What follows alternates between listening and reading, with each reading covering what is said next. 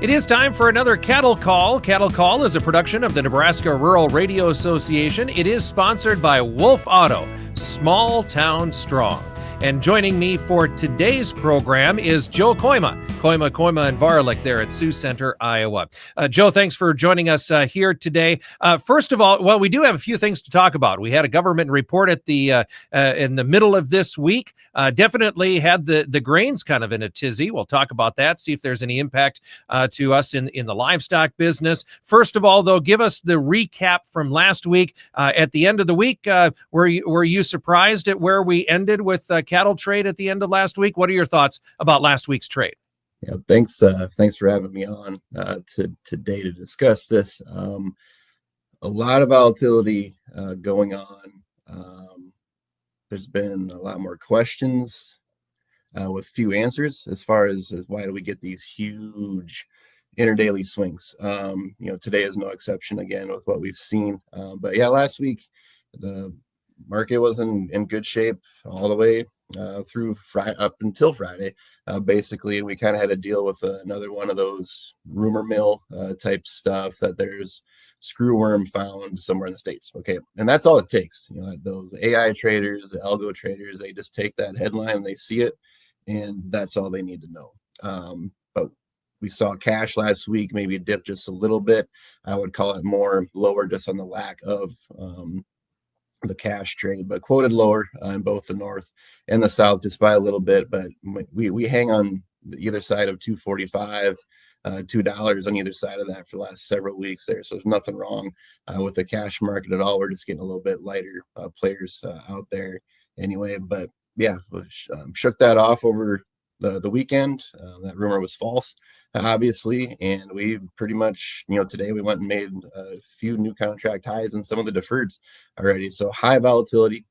Feeders didn't quite make it a new contract highs, but that index keeps rising higher. So yeah, big swings, big volatility. That's hard to manage here for the most part.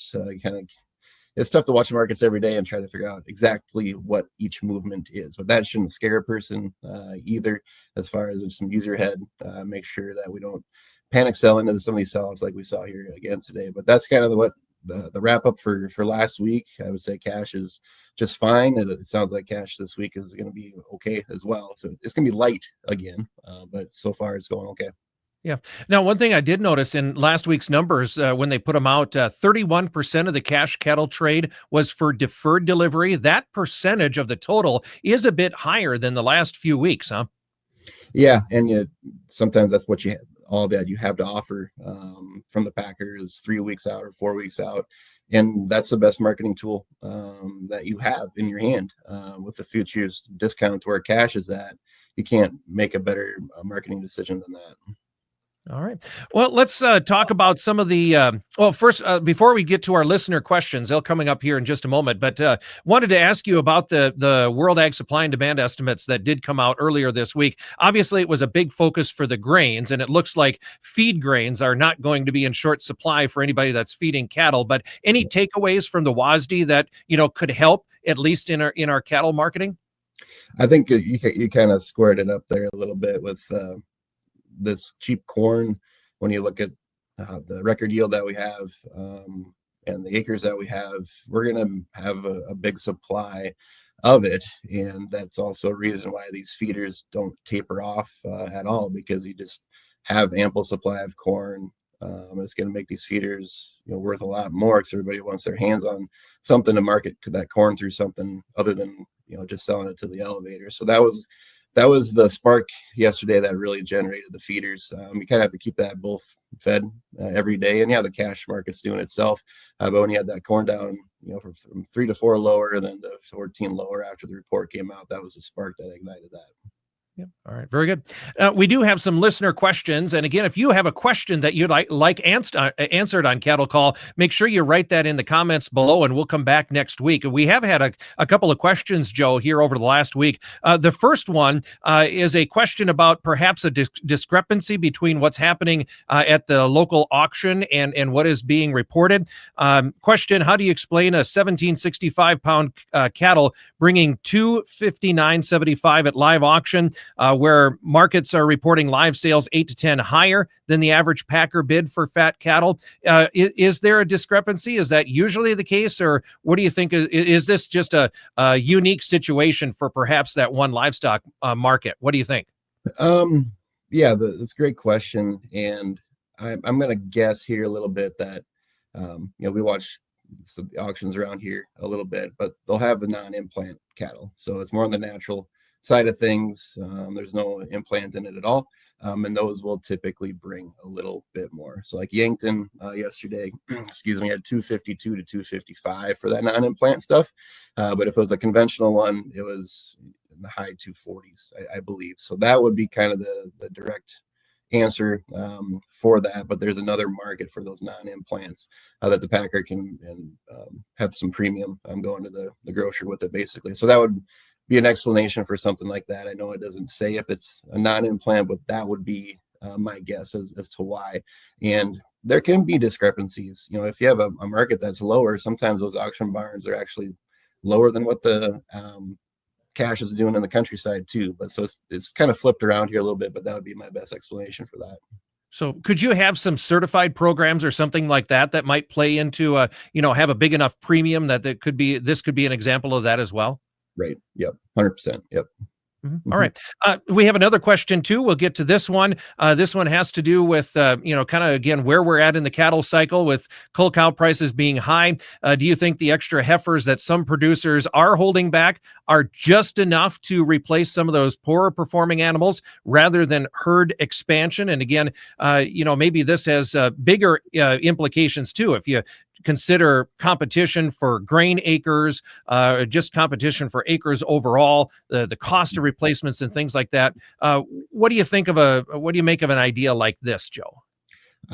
We've had asked these questions to our customers, some in Nebraska, some Montana, Wyoming, and I've gotten a different answer. Some are doing this exactly. Some are just letting the heifers just go to town because they're worth enough, and they're just keeping the cows back, even though they're getting close to being done.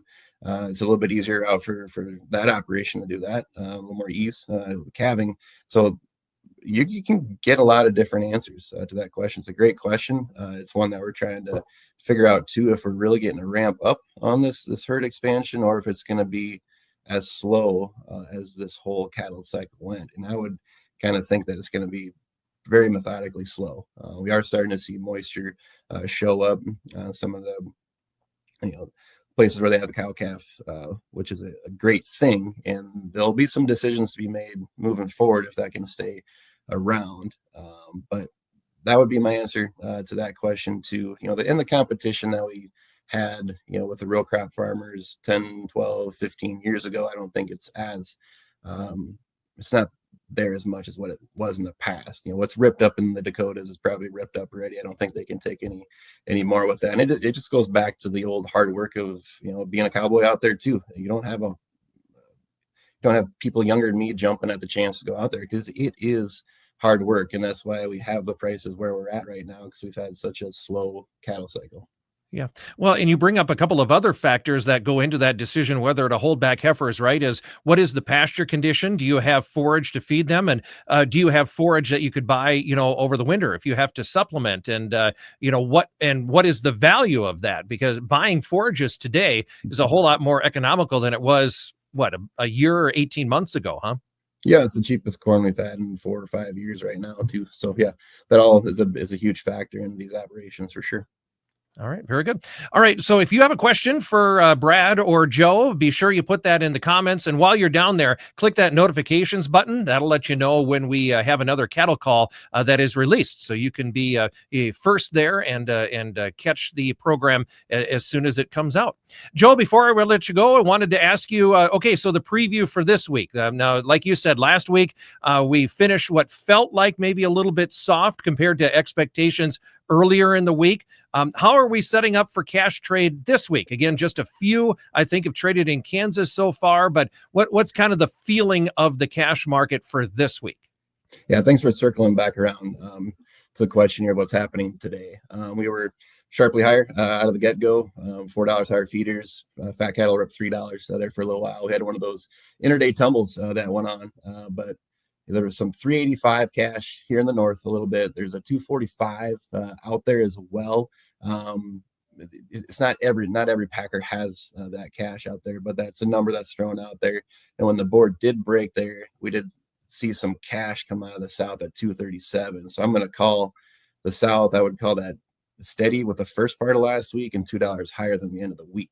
And the 245 here, I would say, is going to be a fully steady market with last week as well, maybe a touch better. Since I think there's a few more packers that have it compared to last year. But so far, the cash market is leading the charge here right now. And we've got the August board basically caught up to the southern cash there as well. So. All right, very good. Joe, it's good to have you on. Give us the contact information for folks that would like to reach out.